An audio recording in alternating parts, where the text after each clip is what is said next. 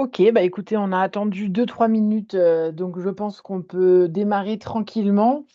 Donc, comme je vous disais, nous serons deux aujourd'hui pour animer ce webinaire. Donc, Thibaut, je te laisse te présenter. Oui. Du coup, j'ai déjà échangé, j'imagine, avec certains. Je suis le référent technique, du coup, pas technique, pardon, l'accompagnant utilisateur. Donc, je suis celui qui a fait la page wiki avec toute la documentation. Et puis, je réponds aux questions des fois quand il y en a également. Voilà. Et donc, moi, Chloé Moser, je suis product owner d'Archifiltre depuis qu'on a démarré il y a quelques années, il y a 6 ans. L'équipe est aussi composée maintenant de 2 nouvelles personnes. Samuel Pires, avec qui certains ont eu des entretiens en ce début d'année, qui est le nouveau product manager, et Timothée Mallard, qui est le développeur. Je ne sais pas si Timothée, tu es connecté, mais tu as le droit de nous faire coucou quand tu veux. Voilà pour les participants aujourd'hui. C'est un webinaire qui nous permet de communiquer à nouveau sur Archifiltre, même si on le fait aujourd'hui dans le cadre Digital Cleanup Day. Ça va être l'occasion de vous donner un peu des nouvelles aussi du projet et de l'équipe Archifiltre. Donc, évidemment, n'hésitez pas à réagir, poser vos questions. Euh, L'objectif, c'est de retrouver un moment d'échange avec vous. Donc, on réinitie des moments de communication comme on avait pu en faire précédemment et qui nous manquaient ces derniers temps. Donc voilà, c'est très ouvert. Et d'ailleurs, j'aurais besoin de vous parce que vous êtes les meilleurs pour parler d'Archifiltre. Donc n'hésitez pas aussi à prendre la parole et à allumer votre caméra quand vous parlez, quand on parlera de retour d'expérience. Voilà, donc bon, 154 participants, je pense qu'on peut lancer la session. Merci beaucoup d'être présent aujourd'hui. On ne dépassera pas 14 heures, vous inquiétez pas. Je pense qu'on terminera même un petit peu avant, sauf s'il y a plein d'échanges, ça, ce serait super. Mais en tout cas, l'objectif aujourd'hui est de vous présenter donc les nouveautés d'Archifiltre depuis presque un an où on n'a pas communiqué, et puis de vous présenter un petit challenge qu'on vous propose entre archivistes pour le Digital Cleanup Day que vous connaissez pour la plupart et que vous organisez même dans certains cas. Donc, le numérique, le Digital Cleanup Day et Archifiltre, pourquoi? C'était pour nous une histoire de bon sens puisque, finalement, on a commencé à réfléchir à l'impact, environnemental du numérique dès les débuts d'Archifiltre. Et puis, donc c'était il y a 6 ans, et puis progressivement, c'est devenu quelque chose, qu'on a affiché de plus en plus dans notre, argumentaire, et y compris dans nos statistiques, et vous allez le voir bientôt dans notre interface. Hop, que je passe à la suivante. Donc, l'objectif du Digital Cleanup Day vous le connaissez sans doute tous, mais c'est quand même d'abord de sensibiliser à l'impact environnemental du numérique. Nous, cette réalité du stockage des données, c'est une réalité à laquelle on est fortement confronté. Alors, j'ai repris des statistiques qui sont pas forcément celles que vous retrouverez sur le site du Digital Cleanup Day, qui est très précieux à consulter. Mais c'est des statistiques qui m'ont paru intéressantes à vous partager parce que moi, j'en avais pas conscience. Quand on a préparé ce webinaire, on est tombé sur de nouveaux chiffres, comme par exemple le fait que 99% des données qui ont été créées au cours des 10 dernières années. Donc, on est face à une explosion du numérique qu'on avait bien senti, mais les chiffres qui existent nous permettent de le rappeler. Une autre statistique que je ne connaissais pas, c'est que 90 de l'ensemble des données existantes n'est plus jamais consultée après 3 mois d'utilisation. Et donc, on a 90 des données dont le stockage est fait sans forcément de raison évidente pour des besoins de conservation. Et puis, le Digital Cleanup Day, c'est aussi l'occasion de communiquer sur, le rapport entre, le volume de données stockées, dans les différents espaces, de stockage qu'on peut avoir et le nombre de serveurs qu'il faut pour, faire tourner pour conserver et pour pouvoir accéder à ces documents, à ces données. Et donc là, vous voyez 70 millions, c'est le nombre de serveurs, qui sont nécessaires au stockage de toutes les données dans le monde et chacun a émis entre 1 et 2 tonnes de CO2, par an. Donc cette, prise de conscience, c'est quelque chose qui, dépasse le cadre de notre profession, hein. C'est clairement, un sujet qui est porté au-delà du métier des archivistes. Mais nous, sur, l'équipe Archifiltre, c'est quelque chose qu'on voit vraiment. Les archivistes sont finalement les premiers témoins de cette, problématique et surtout les premiers à pouvoir apporter des solutions, sur le tri et sur la diminution des espaces de stockage, de documents électroniques. Donc Archifiltre, c'est une proposition d'outil, mais les archivistes n'ont pas attendu, complètement Archifiltre pour le faire, hein. Notre expertise en tant qu'archiviste, elle est, d'abord sur, la capacité d'identifier des éléments à supprimer, à organiser l'information et donc, nous, on vous propose Archifiltre pour, vous aider dans cette, expertise-là, mais finalement l'expertise, c'est d'abord, celle des archivistes. Ce qui explique pourquoi on a voulu, lancer ce challenge spécial, archiviste. La la 2e le deuxième point de sensibilisation, du Digital Cleanup Day, qui est pas du tout, spécifique à Archifiltre, hein. Là, on reprend, des supports de communication qui ont été produits, en l'occurrence, là, par l'ADEME. C'est de sensibiliser à ce que représente le numérique, dans, l'impact environnemental. Donc là, vous avez, une infographie, qui a été découpée, mais qui est celle de l'ADEME, hein, que vous connaissez peut-être, et que vous utilisez d'ailleurs peut-être dans votre sensibilisation à ce sujet, sur, la part que représente le numérique, dans, notre émission, de gaz à effet de serre. Donc 10 de la consommation annuelle électrique vient, du numérique et cette infographie, elle dit quelque chose de très important aussi, dont on n'avait pas forcément conscience, nous, il y a quelques années. C'est que, le stockage, des documents ne représente qu'une faible partie, de l'impact du numérique. La plus grosse partie de l'impact du numérique, c'est, le matériel, c'est, les ordinateurs, les téléphones, les serveurs physiques, vraiment la partie matérielle. Donc, il ne s'agit pas du tout, de faire du greenwashing quand on parle de diminuer les espaces de stockage. C'est très important de ne pas, véhiculer de fausses informations à ce niveau-là. La Le stockage des données, ça représente entre 4 et 22 de ces 10 que représente le numérique. Donc, on n'intervient pas sur la totalité du numérique, mais pour autant, nous, en tant qu'archivistes, on peut venir aider, les producteurs de données, à diminuer, la part, inutile de documents conservés et donc apporter notre petite pierre à l'édifice pour la diminution, de cette, part du numérique et finalement de toute la production de gaz à effet de serre à l'échelle, du pays et du monde. Ce qui est important aussi à avoir en tête, c'est que diminuer, les espaces de stockage, ça permet aussi de conserver plus longtemps des outils numériques. Donc un des enjeux, du Digital Cleanup Day, c'est, de sensibiliser sur tous ces aspects-là. Donc, si vous avez des actions prévues auprès des services, c'est important de rappeler ces proportions, de dire que le stockage, c'est pas tout, mais que, on peut avoir une action, vertueuse en agissant, sur cet aspect-là. C'est quelque chose sur lequel on a de la possibilité d'action, mais par contre, c'est pas la totalité de l'impact environnemental. N'hésitez pas à me dire, hein, si vous avez, d'autres chiffres qui vous paraissent intéressants à utiliser ou que vous avez mis dans vos supports de sensibilisation, évidemment, il y a plusieurs choses existantes maintenant.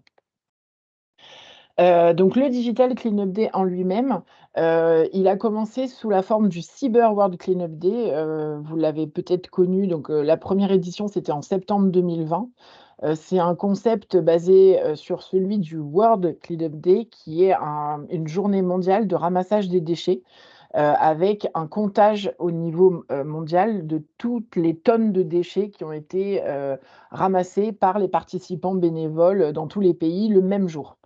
La première fois qu'il a été organisé en septembre 2021, c'était en même temps que le World Cleanup Day physique sur les déchets, et à partir de 2021, ils ont décidé de séparer les actions, donc une en septembre pour les déchets, dans la nature et une en mars pour, le tri des documents numériques. Et puis, depuis, l'année dernière, il me semble, mais peut-être que ça fait, déjà 2 ans, il y a eu plusieurs types de digital, clean-up day qui ont été, organisés par, l'association. Donc des, initiatives dans le cadre du réemploi, des supports, matériels, dans le cadre du recyclage, donc comme on le disait, hein, la grosse part, que représente, l'empreinte numérique est liée à ce matériel, et puis des initiatives sur les données. Les initiatives sur les données sont, des initiatives pour, faire du tri, réduire, les espaces de stockage, et cette année, ça a lieu le 16 mars avec, des actions qui peuvent avoir lieu pendant toute la semaine prochaine, donc du 11 au 16 mars, 2024. Alors, je vous incite vraiment à aller voir le site internet du Digital Cleanup Day qui est très riche. Leur objectif, c'est de mettre à disposition, des supports, pour tous ceux qui veulent organiser des initiatives. Donc, vous avez des affiches, vous avez des infographies, des PowerPoint. C'est vraiment fait pour que vous puissiez le réutiliser. C'est accessible gratuitement une fois qu'on s'est inscrit. Donc n'hésitez pas surtout à vous baser sur cette, hem charte graphique, assez dynamique et sympathique d'ailleurs, pour, proposer des événements dans vos institutions ou dans votre entourage, ou, pour parler de cette initiative et de toute la sensibilisation qu'il y a autour. Parce que, comme je le disais, hein, le Digital Cleanup Day, c'est vraiment, agir, et compter à une échelle, internationale, tous le même jour, et puis c'est sensibiliser sur ces sujets. Donc là-dessus, on a aussi notre part d'action possible. Voilà pour, le Digital Cleanup Day. Et donc, Archifiltre, pourquoi on vous en parle dans ce cadre-là? Parce que c'est un outil qu'on a, conçu il y a quelques années pour répondre, aux besoins des archivistes d'être outillés sur, l'appréhension d'arborescence de fichiers. Donc, quand on est face à un serveur qu'on ne connaît pas et qu'on doit, trier, verser, décrire, comprendre, comment on fait? Et du coup, c'est un outil qu'on a conçu pour répondre à cet enjeu-là. Vous pouvez, avec Archifiltre, donc visualiser toute la structure d'une arborescence en un coup d'œil, donc sous la forme de stalactites. Et puis après, vous avez des possibilités de naviguer, dans l'arborescence pour ensuite comprendre plus finement, de quoi elle est composée. Donc comprendre son contenu, sa structure, et puis, c'est là où, s'exerce notre expertise d'archiviste avec nos réflexes, acquis, aussi sur le papier. Cette appréhension de la totalité d'une arborescence nous permet d'identifier finalement des anomalies, que ce soit d'ailleurs, sur le nommage ou, sur la profondeur de l'arborescence, les formats qui sont utilisés, les volumes existants. Ou, d'identifier des documents ou des dossiers qui sont à éliminer parce que obsolètes ou parce que la durée de conservation est échue. Mais en tout cas, là, c'est vraiment notre connaissance du cycle de vie des documents et des durées de conservation et de ce qui est utile à une organisation qui nous permet d'identifier dans une arborescence des documents qu'on pourrait éliminer, en respectant toutes les précautions évidemment, mais en tout cas de pouvoir comprendre qu'il y a des documents à éliminer. Et puis enfin, ça permettra d'identifier des documents redondants et éventuellement de les flécher pour pouvoir, les supprimer. Donc évidemment, Archifiltre n'est pas le seul outil qui permet de le faire, mais on a essayé de rassembler en un seul outil ces différentes fonctionnalités, qui méritent d'être améliorées aussi, mais ça, on va en parler, juste après. Et puis, enfin, donc Archifiltre, c'est un outil de visualisation, qui ne vient pas modifier les éléments qui sont sur vos disques durs, sur vos serveurs. Donc, comme on a pu visualiser toutes ces choses, après, il faut pouvoir les exporter. Et donc, vous avez la possibilité de générer un certain nombre d'exports, donc un rapport d'audit, et des exports sous forme de fichiers CSV, Excel ou RECIP, pour ceux qui souhaitent ensuite finaliser un traitement pour versement dans Vitam, dans les solutions Vitam ou VAS. On pourra aussi y revenir juste après. Donc ça, c'est tout ce que Archifiltre permet de faire. Et donc, on voit que pour l'identification des anomalies, des documents à éliminer et des documents redondants, c'est des fonctionnalités qui vont nous servir pour le Digital Cleanup Day, où l'objectif est justement d'identifier ces documents qu'on pourrait éliminer. Alors, le challenge qu'on vous propose, pour cette année, l'idée, c'est de créer une dynamique, mais surtout de montrer la dynamique existante. Parce qu'en fait, nous, on crée pas grand-chose, hein, c'est surtout vous qui êtes, dynamique, au quotidien. Et du coup, ce qu'on vous propose, c'est, par cette initiative, portée par Archifiltre, d'illustrer l'impact collectif qu'on peut avoir en tant qu'archiviste, quand on mène des actions de tri et de sensibilisation sur l'impact environnemental. Et pour ce faire, on vous propose pendant un mois, donc à partir d'aujourd'hui et jusqu'au 4 avril, de compiler sur le site d'Archifiltre, je vais vous montrer juste après comment le faire, les initiatives que vous avez eues et les volumes que vous avez permis de supprimer. L'objectif étant qu'à la fin du mois, donc le 4 avril, on puisse faire un récapitulatif de l'impact des archivistes sur la réduction des espaces de stockage et l'importance de notre profession et de notre expertise pour ces sujets. Donc ce qu'on a fait, c'est qu'on a mis en place donc un nouvel onglet sur le site, archifiltre.fr, si vous le connaissez. Donc on a créé un onglet, Digital Cleanup Day et vous avez, juste un petit bouton où vous pouvez, ajouter votre participation. Donc, suivant les tris que vous allez faire dans vos services, chez vous, à tous les niveaux finalement, quand vous aurez terminé, vous remplissez juste le service dans lequel vous travaillez, le volume qui est supprimé et donc le poids en CO2 qui a été économisé. À la fin du challenge, on partagera les résultats collectifs et puis il y aura un récapitulatif de tous les services qui ont participé au challenge. L'objectif, c'est pas de faire une compétition entre nous, donc il n'y aura pas de qui a le plus supprimé, mais vraiment toutes les participations seront les bienvenues. Et on a prévu aussi de vous envoyer un petit cadeau pour vous remercier de votre participation. Donc ce sera des stickers Archifiltre. Ils n'existent pas encore, hein, vous serez les seuls à les avoir si vous participez. Bon voilà, c'est pour vous donner un petit peu l'envie, mais en tout cas, tous ceux qui participeront, auront un petit cadeau de l'équipe Archifiltre. Vous pouvez d'ores et déjà accéder au site. Alors moi, quand j'y ai accédé ce matin, il y avait un petit bug d'affichage, donc c'est en cours de résolution, mais en tout cas, vous allez l'avoir très, très rapidement et quand vous avez, mené une action ou plusieurs actions d'ailleurs, hein, vous pouvez venir juste remplir, le récapitulatif. Ça peut être, juste sur votre, serveur à vous, au service, hein. Même si c'est pas une action, à l'échelle de l'ensemble de la collectivité ou de votre organisation, c'est pas grave du tout. Alors, est-ce que cette page vivra au-delà du Digital Cleanup Day, Camille? J'avoue que je ne sais pas. Pour l'instant, on l'a inventée pour aujourd'hui, mais si vous avez des propositions, c'est très, très volontiers qu'on les prend, hein. On l'avait imaginée pour cette initiative, mais on peut très bien la faire vivre après, il y a pas de problème. N'hésitez pas à nous suggérer des choses. Donc voilà le challenge, j'espère qu'il vous paraît clair et qu'il vous paraît motivant. L'idée, c'est vraiment, d'illustrer ce que notre profession apporte à ce sujet et d'illustrer tout ce que vous faites déjà parce que finalement, les outils mis à disposition ou, les actions sont pas tellement, visibles. Donc là, ça nous permet de pouvoir ensuite, mettre en avant, ce que la profession apporte sur ce sujet. ce que vous faites déjà au quotidien d'ailleurs. Mais ça nous permet de l'illustrer dans ce cadre-là.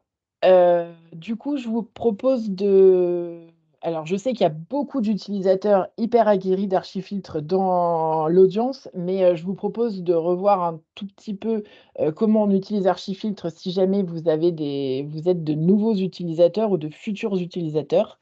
En sachant que, comme le disait Thibaut en préambule, on a, une documentation, sur, le wiki Archifiltre et que, surtout on va faire un gros travail, à partir du mois d'avril sur la mise à jour de cette documentation là d'avril à juillet. Donc, tout ça est, plutôt, en mouvement, mais, pour vous refaire un petit peu le récapitulatif de comment on utilise Archifiltre. Donc Archifiltre, c'est une, application qui est disponible sur Windows, sur Linux et sur Mac. On Sur la version Linux, j'aurai d'ailleurs une petite nouveauté à vous communiquer, juste après. Et c'est une application qui s'installe localement. Vous pouvez venir la télécharger sur le site internet archifiltre.fr, soit sur la page d'accueil, soit sur la page téléchargement.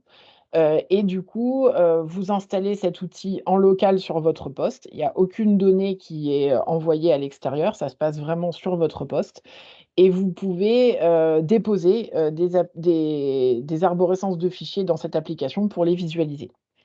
Alors, ce qu'on veut lancer aujourd'hui à l'occasion de ce webinaire et de ce Digital Cleanup Day, c'est la version 4.1, qui va vous permettre d'afficher, les équivalents CO2, des arborescences que vous analysez.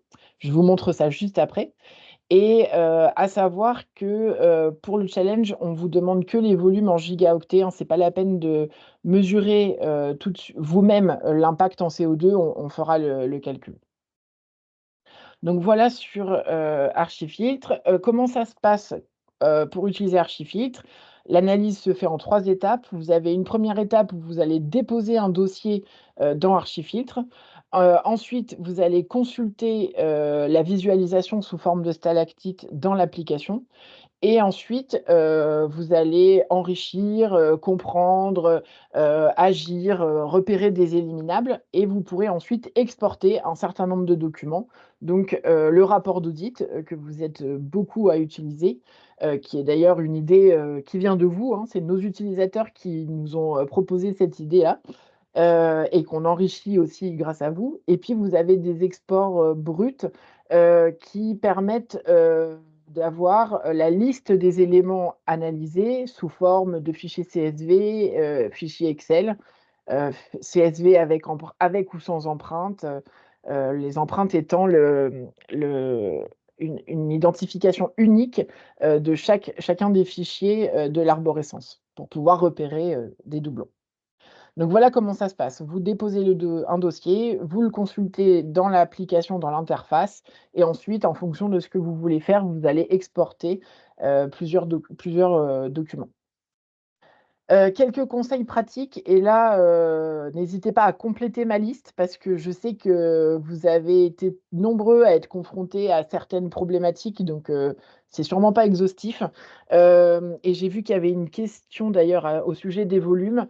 Évitez les très gros volumes parce que, en fait, ce qui se passe, c'est que, Archifiltre utilise, la capacité de votre poste et donc, suivant, la capacité que vous avez sur votre poste et ce qu'il est en train de faire, ça peut prendre beaucoup de temps d'afficher des arborescences de plus de 100-200 gigaoctets.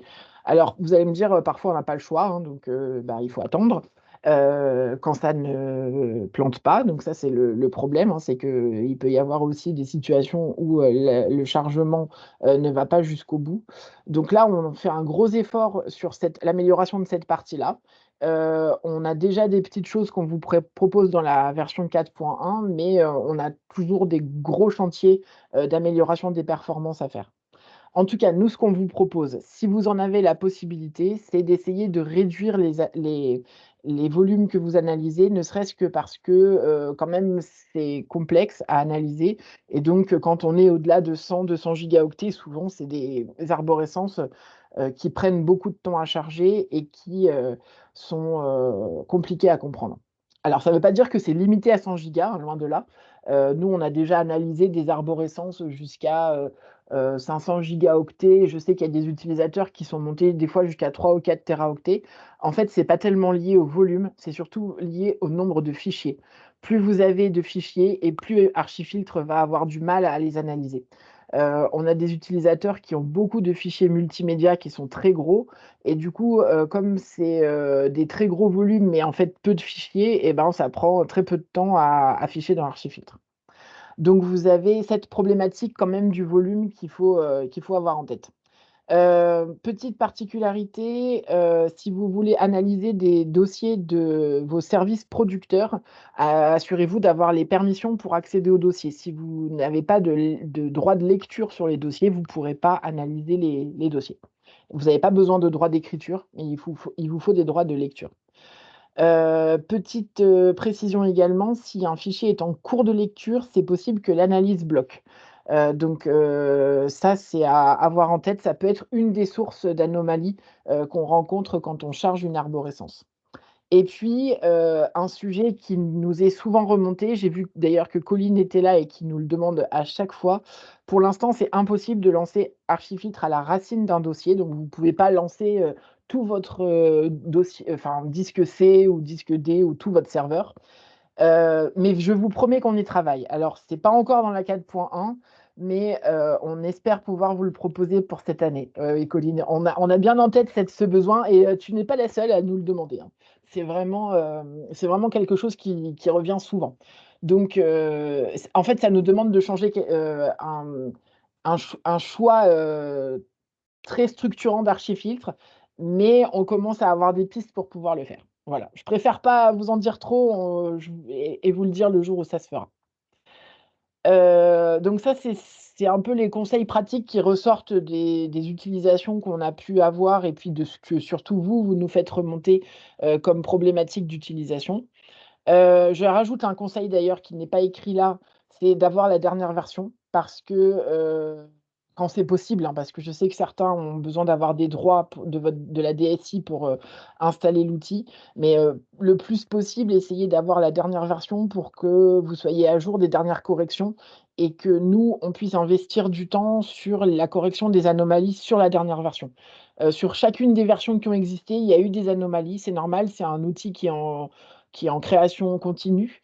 Donc on est tout le temps en train de corriger des bugs et du coup, si vous pouvez être sur la dernière version, ça nous fait des retours qui nous permettent, plus efficacement de corriger les anomalies.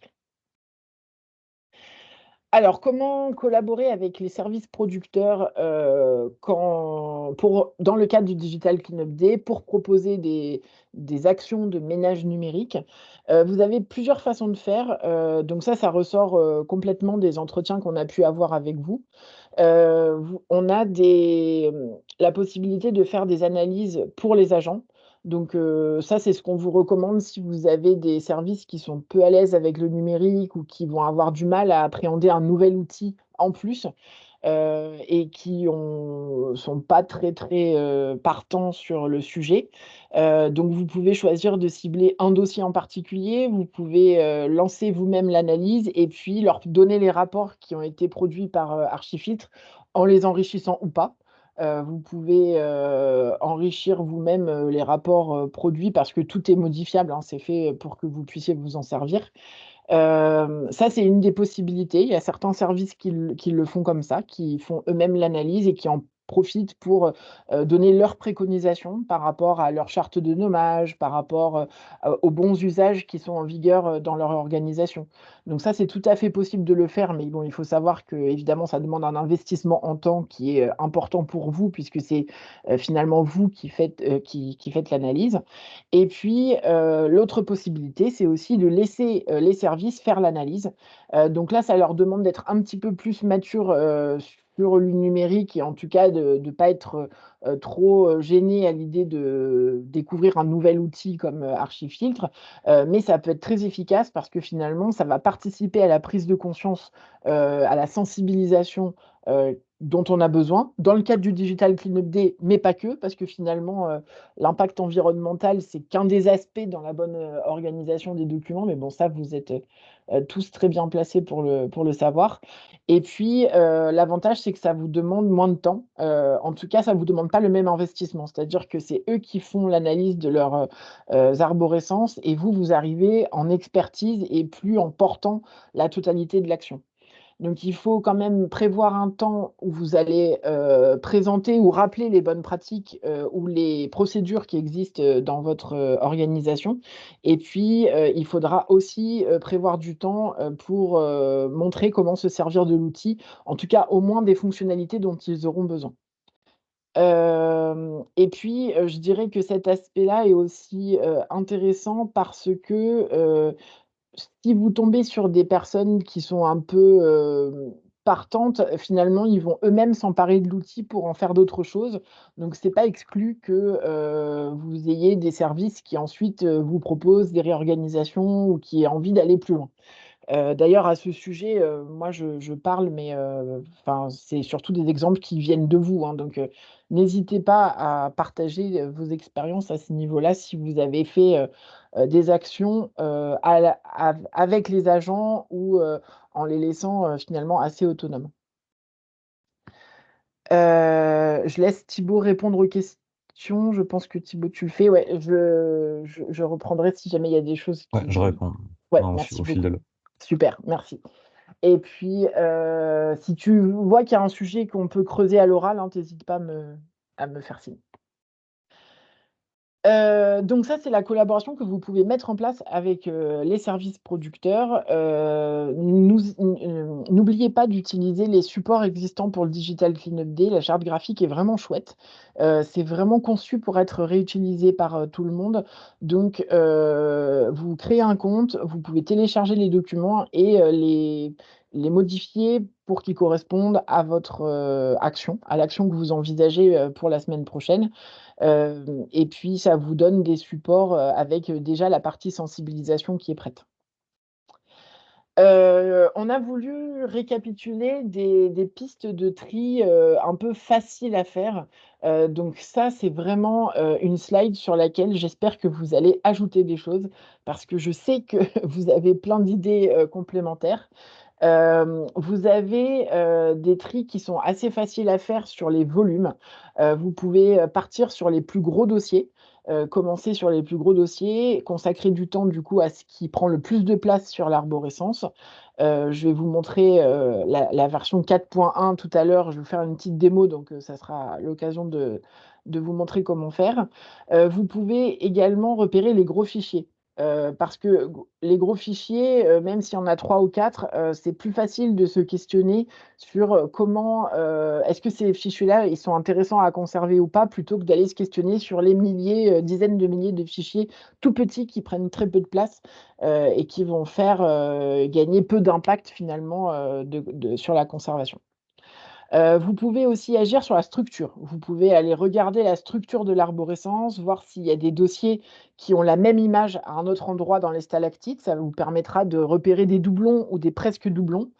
Vous pouvez aussi repérer la présence de dossiers restore. C'est des dossiers, souvent sur les arborescences Windows, enfin dans l'environnement Windows, quand il y a des dossiers qui ont été perdus, quand la DSI, vous remet à disposition la sauvegarde qui était, chez eux, en fait, ils appellent ça restore ou restauration. Enfin, nous, en tout cas, chez nous, c'est comme ça que ça s'appelle.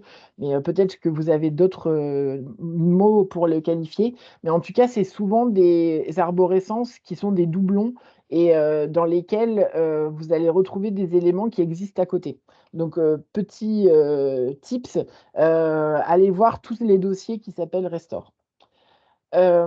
Autre piste de tri facile à faire, les types de documents. Repérer tout ce qui est dossier, personnel, donc tout ce qui s'appelle perso, privé, enfin voilà, le l'originalité à ce niveau-là n'a pas de limite, donc vous pouvez avoir plein de mots pour le qualifier, mais c'est souvent des dossiers et des documents qui n'ont rien à faire sur des espaces de stockage communs et donc sur lesquels vous pouvez facilement, faire du tri.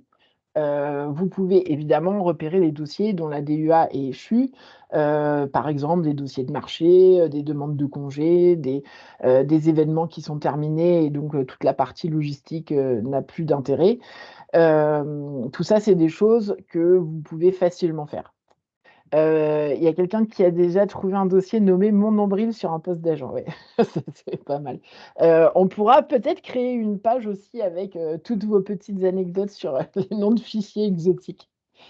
Dans les types de documents, vous pouvez repérer aussi la documentation. Nous, on avait eu un exemple, au ministère, d'un export Zotero, d'exports Zotero qui étaient, super nombreux sur un serveur et qui prenaient beaucoup de place. Bon voilà, c'est un exemple, parmi tant d'autres, mais vous pouvez avoir des revues de presse, qui, si elles ne sont pas à conserver, bien sûr, hem, c'est des grosses catégories de documents que vous pouvez repérer assez facilement. Et puis, bien sûr, aller vers les documents comportant des données à caractère personnel, si ces documents n'ont pas à être conservés par le service. Enfin, autre piste de tri, les types de formats. Donc vous pouvez repérer les zips. Souvent, à côté des zips, vous avez le dossier des IP qui est à côté. Donc vous pouvez, supprimer un des 2.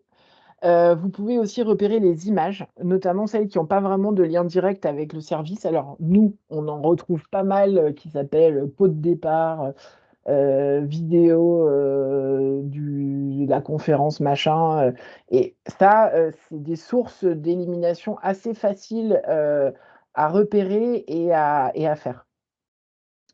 Vous avez aussi, dans les séries de photos, la possibilité de n'en garder que quelques-unes, donc repérer les séries de photos, d'un même événement et sélectionner quelques-unes. Alors ça, c'est à faire, quand on maîtrise bien le sujet évidemment, en lien avec les services producteurs quand c'est chez eux. Mais souvent les images et les vidéos, c'est une bonne source d'élimination puisque ça prend pas mal de place. Alors là, je voudrais bien vous laisser la parole, soit, à l'oral, hein, vous pouvez ouvrir le micro, soit par écrit. Si vous avez, d'autres idées, des tris faciles, des choses que vous repérez très facilement sur Archifiltre quand vous faites des tris, allez-y.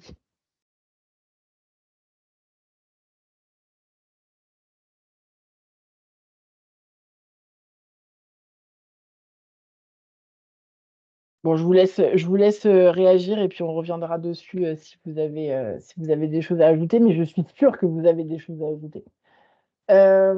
Et alors, donc là, je vous ai beaucoup parlé d'Archifiltre Doc, mais on a aussi un deuxième outil qui s'appelle, Archifiltre Mail. Alors je mets pas trop l'accent, dessus parce que, c'est finalement un outil qu'on a développé, il y a 2 ans. Il y a une première version qui est sortie, dont vous voyez l'interface, ici. Et cet outil, on s'est rendu compte que c'est un outil qui permet d'analyser et de visualiser, des PST, donc des containers, produits par, Microsoft Outlook, donc le gestionnaire de messagerie. Donc on charge le PST, en sortie d'Outlook dans Archifiltre Mail et ça nous permet de visualiser le contenu et donc de pouvoir identifier, des éléments qu'on souhaiterait supprimer. La suppression se faisant hors Archifiltre Mail. Le souci, c'est qu'on s'est rendu compte qu'il y avait beaucoup d'anomalies au chargement. Il y avait, pas mal de problématiques d'affichage, de l'ensemble des éléments qui étaient dans les messageries et le problème, c'est que comme c'est des messageries et ben, il y a pas grand monde qui peut nous partager, la messagerie en anomalie et donc on n'arrive pas encore à trouver comment corriger ces erreurs sur, Archifiltre Mail. Donc ce qui explique que, ben, pour l'instant, on n'a qu'une seule version. On n'a pas encore proposé de deuxième version parce qu'on est, bloqué par ce sujet des messageries. Donc sachez qu'il existe. Si vous voulez, tester, sur des messageries Outlook, vous pouvez essayer de le tester dans le cadre du Digital Cleanup Day, pour, regarder le contenu d'une messagerie Outlook et repérer, par ce biais-là, des éléments qui n'auraient que vous pouvez supprimer. Mais sachez que c'est une première version et qu'elle est loin d'être, parfaite. Heu que ce soit en termes de chargement ou en termes de visualisation. Donc ça existe, sachez-le, mais c'est pas, complètement abouti. j'espère qu'on arrivera à travailler dessus à nouveau un jour, mais tant qu'on n'a pas contourné cette problématique de comment corriger les anomalies de chargement, pour l'instant, on est un petit peu bloqué sur cet outil-là. Heu, j'ai vu passer une question sur Archifiltre Mail ne fonctionne qu'avec Outlook. Oui, le problème, c'est qu'avec Outlook et on l'avait développé sur la version antérieure à Outlook, Office 365 et en fait, on s'est rendu compte que, les versions, générées, par Outlook dans Office 365 ne sont pas compatibles avec Archifiltre Mail. Donc pour l'instant, c'est assez, limité les PST sur lesquels vous pouvez, analyser. Et enfin, je voulais vous parler des nouveautés de la 4.1, donc celle qui sort aujourd'hui, pour vous dire, donc son petit nom. Déjà, elle s'appelle Unicorn Utopia. C'est une version qui, va apporter plusieurs corrections attendues depuis un petit moment, notamment, il y en a plein, mais, je vous donne les un peu plus, heu, représentatives. On avait des paramètres dans l'application, vous étiez plusieurs utilisateurs à nous l'avoir fait remarquer, qui n'étaient plus modifiables. Donc c'est à nouveau modifiable. Vous pouvez changer, les paramètres, notamment celui qui envoie des statistiques, sur Archifiltre. Donc c'était une anomalie qui a été corrigée.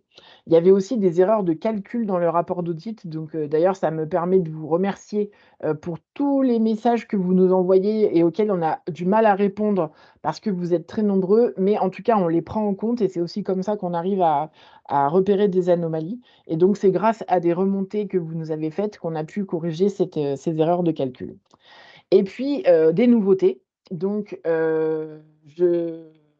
on a la préparation d'un paquet Debian qui nous a été demandé, par des collègues, qui utilisent Debian, pour, leur service. Donc ça sera que quelques-uns et puis surtout les 2 nouveautés qu'on voulait vous présenter, c'est l'affichage du contenu des zips. Debian, c'est un truc qui est utilisé sur Linux. C'est une forme de ça doit être un système d'exploitation, je pense, et c'est, utilisé dans les environnements, Linux. Mais si quelqu'un a une réponse plus précise que la mienne à donner, qu'il n'hésite pas, ou qu'elle n'hésite pas à la donner. Et puis, vous avez aussi, donc l'affichage de l'équivalent CO2, sur l'interface. Alors j'ai vu passer une petite remarque sur, l'image. Alors c'était juste pour nous représenter, nous sommes tous des licornes, fantastiques, et nous allons tous, créer, enfin faire du tri dans les fichiers avec des arcs-en-ciel autour de nous. Donc voilà pourquoi on a choisi cette petite image, pour, heu pour illustrer, la version, 4.1. Dans les nouveautés, donc ce que je vous disais sur l'affichage du contenu des zips, dorénavant, quand vous avez un zip dans l'arborescence, vous avez, à l'intérieur les dossiers et les fichiers qui s'affichent.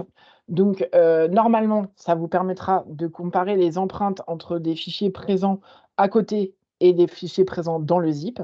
Donc là, vous avez, ce sera à tester. Je compte sur vous pour faire des tests et mais en tout cas, l'avantage, c'est qu'on peut voir ce qu'il y a à l'intérieur. Alors, je vois qu'il y a une question sur, la 4.0. Oui, c'est encore la 4.0 parce que la 4.1, on l'a faite, mais on l'a pas encore publiée sur le site. Donc ça va venir, heu, on espère ce soir, voilà, pour que vous l'ayez, très, très, très vite. Et puis, donc on a l'affichage aussi de l'équivalent CO2. Donc vous voyez là dans les métadonnées sur l'arborescence, vous avez maintenant, l'équivalent, CO2 par an qui est, affiché dans l'interface Archifiltre. Donc, c'est le moment, de vous présenter une petite démo, de l'outil. Je vais, fermer pour, recharger. Donc quand on ouvre Archifiltre Doc, on tombe sur cette page Chloé, d avant que oui, tu te lances là-dedans, j'ai une petite question et ouais, je n'ai plus la réponse. vas-y. Comment est calculée l'empreinte CO2? Je sais que sur quoi on s'était appuyé, mais je suis plus sûr que ce soit encore le cas. Oui, alors je vais vous le montrer juste là. Hop, je télécharge un dossier et en fait, vous avez l'information ici. Le poids est calculé à partir de l'indicateur de la base ADEME. Donc c'est, 0,0116 kg d'équivalent CO2 par an pour 1 gigaoctet. Il y a eu plusieurs méthodes de calcul. Oui, l'équivalent CO2 se voit aussi dans le rapport d'audit, Marine. Il y a eu plusieurs, façons de calculer, hein. D'ailleurs, il y a pas une bonne façon de calculer l'équivalent CO2 pour un stockage. Un stockage sur ordinateur, un stockage sur serveur, un stockage sur le cloud n'a évidemment pas le même impact environnemental. L'idée, c'est d'avoir un peu des repères. C'est pas un chiffre exact, c'est un chiffre qui va nous donner quelques éléments, de compréhension, mais on ne pourra jamais trouver un chiffre exact à moins de rentrer plein de paramètres d'une organisation pour comprendre quel est l'impact environnemental. Donc nous, on a choisi celui qui était officiel, car c'était celui qui a été mis en place par l'ADEME. Voilà. Donc pour vous montrer comment Archifiltre fonctionne, donc vous avez donc une arborescence qui s'affiche sous forme de stalactite. Donc là, moi, j'ai déposé une arborescence qui s'appelle DPM 2009-012. Et à l'intérieur, on va pouvoir naviguer. Les dossiers apparaissent en jaune et ensuite les fichiers apparaissent dans différentes couleurs en fonction des catégories. Et donc, là, je vois que cette arborescence DPM 2009-012, par exemple, elle est constituée d'un gros dossier qui s'appelle dossier commun SDAI 3 et d'un petit dossier qui s'appelle année 2003-2008. Et je ne vais pas tout vous détailler sur cette arborescence, mais l'idée, c'est que progressivement, en naviguant dans l'arborescence, on va venir comprendre de quoi est constituée cette arborescence, avec le fil d'Ariane qui s'affiche sur le côté, et puis, ensuite, jusqu'aux documents qui, s'affichent dans des couleurs, en fonction de leur catégorie. Donc ça, c'est le fonctionnement, de la visualisation. Vous pouvez, aussi naviguer plus finement dans un dossier en double-cliquant sur un dossier. Ça vous permet de zoomer, pour voir l'intérieur du dossier, pour ensuite mieux comprendre, identifier ce qu'on disait tout à l'heure, les sources de tri faciles, hein, les dossiers multimédia, les fichiers multimédia, des dossiers dont la DUA est échue, des documents, qui n'ont plus d'utilité, parce que, il y a une copie ailleurs, et cetera. Donc c'est en naviguant dans cette arborescence, c'est dans la navigation que ça va vous permettre de comprendre l'arborescence et donc d'identifier des éléments qui peuvent être à éliminer.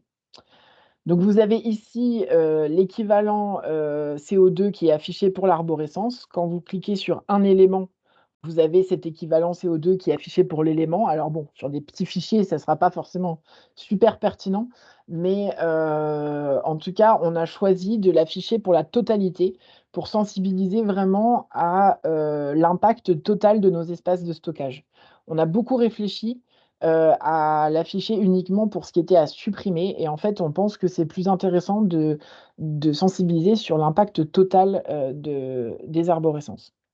Donc quand vous avez navigué, que vous avez repéré des éléments à éliminer, vous pouvez ensuite, dans l'onglet enrichissement, taguer des éléments, que vous souhaitez éliminer. Donc voilà, je les tag un peu au hasard, mais c'est pour vous montrer, ce que ça donne.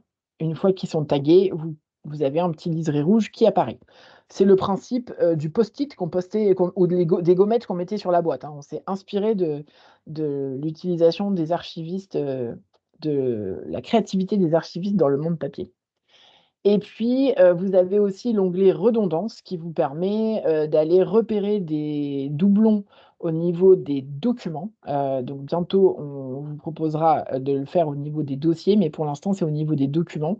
Donc vous pouvez voir, quels sont, les documents en doublon, où est-ce qu'ils sont présents dans l'arborescence. Pour l'instant, c'est sous forme de liste, mais c'est pareil, on va l'améliorer.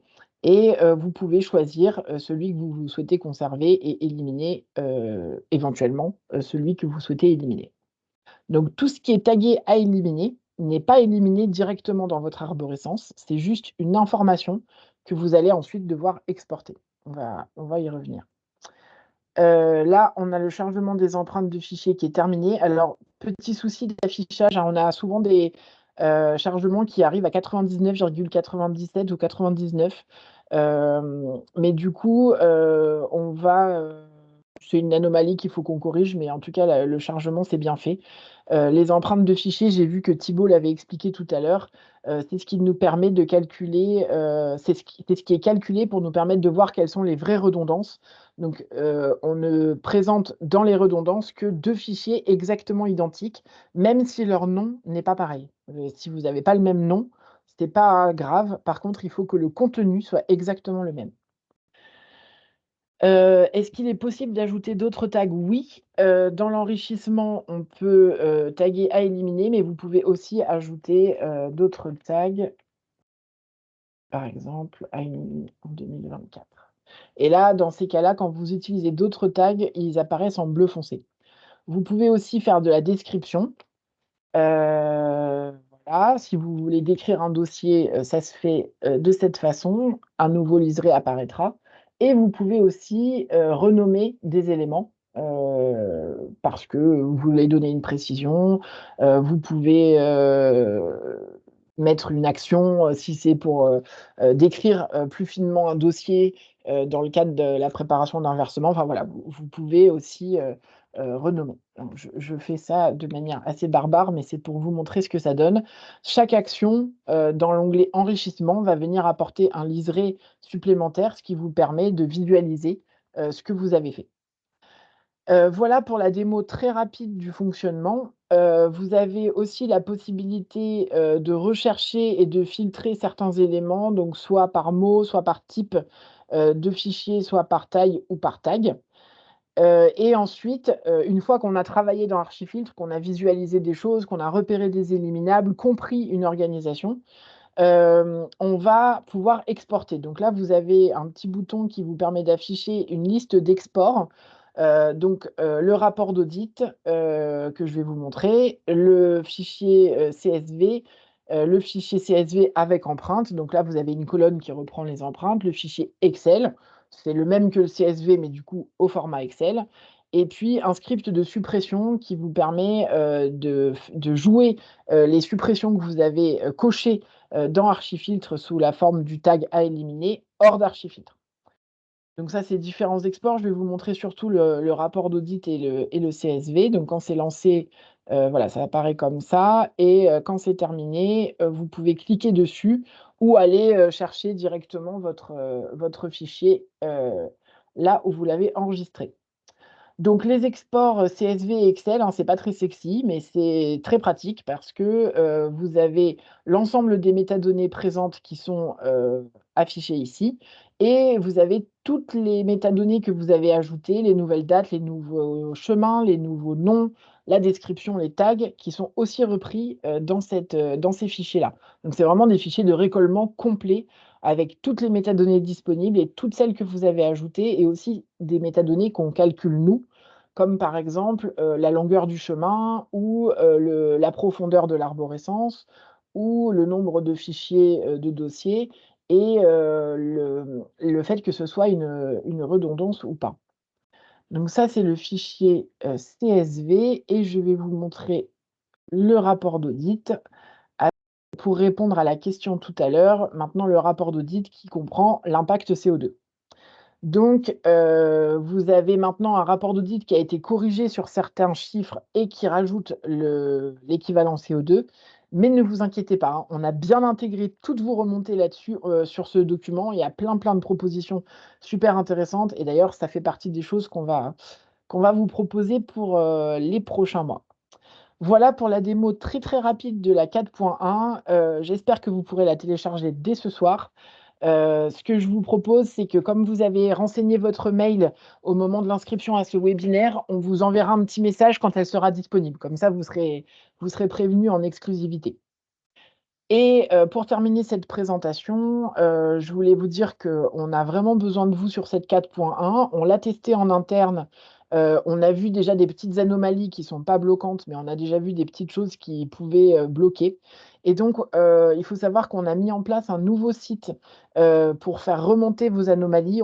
Certains ont connu le site GitHub. On a utilisé GitHub, pendant un certain temps pour recueillir vos anomalies, c'était pas forcément très facile à utiliser. Donc là, on a mis en place un nouveau site, donc c'est Featurebase, qui vous permet de venir donner des anomalies ou des propositions pour la suite d'Archifiltre. Et vous pouvez aussi voter sur les propositions qui ont été faites par d'autres utilisateurs. C'est le même principe que ce que vous aviez sur GitHub pour ceux qui connaissent, mais normalement, l'interface est plus facile à utiliser et on a tout migré, ce que vous nous aviez dit sur GitHub sur cette nouvelle interface. Donc voilà, j'espère que ça sera assez facile à utiliser par tout le monde et ce que vous viendrez nous dire, ce que vous rencontrez comme difficulté dans la 4.1 et ce que vous voulez pour la suite dans les prochaines versions. Et pour les suivantes, on a aussi besoin de vous puisque donc on a besoin de savoir quelles sont vos priorités. Nous, pour vous dire sur quoi on travaille en ce moment, donc sur la refonte du rapport d'audit, hein, comme je vous le disais, vous avez été super nombreux à nous envoyer des propositions, donc on les a bien intégrées et on espère vous proposer une nouvelle version du rapport d'audit. On va aussi en profiter pour refondre l'onglet audit qui est peu utilisé actuellement dans Archifiltre, en reprenant des éléments du rapport. Donc ça va être concomitant avec le rapport d'audit. On va vous proposer un export sous forme de bordereau d'élimination. Donc tout ce que vous avez tagué à éliminer sera rassemblé dans un même document qui sera déjà prêt à annexer à votre bordereau d'élimination. Parce que ça, c'est pareil, c'est une demande que vous êtes nombreux à avoir faite. Et puis, notre gros chantier qu'on va commencer là à partir du mois d'avril, c'est l'import de métadonnées supplémentaires. Alors, on y a déjà travaillé, mais là, l'idée, c'est de le finaliser et de pouvoir intégrer dans Archifiltre tout ce qui est export de données et métadonnées de systèmes d'information, de GED et de SharePoint. Donc, j'espère que ça répondra à des questions que j'ai vues passer tout à l'heure. J'espère que ça vous permettra de commencer des analyses sur des arborescences qui ne sont pas sur des environnements systèmes d'exploitation Windows Mac, mais qui sont notamment sur des clouds ou sur des systèmes d'information.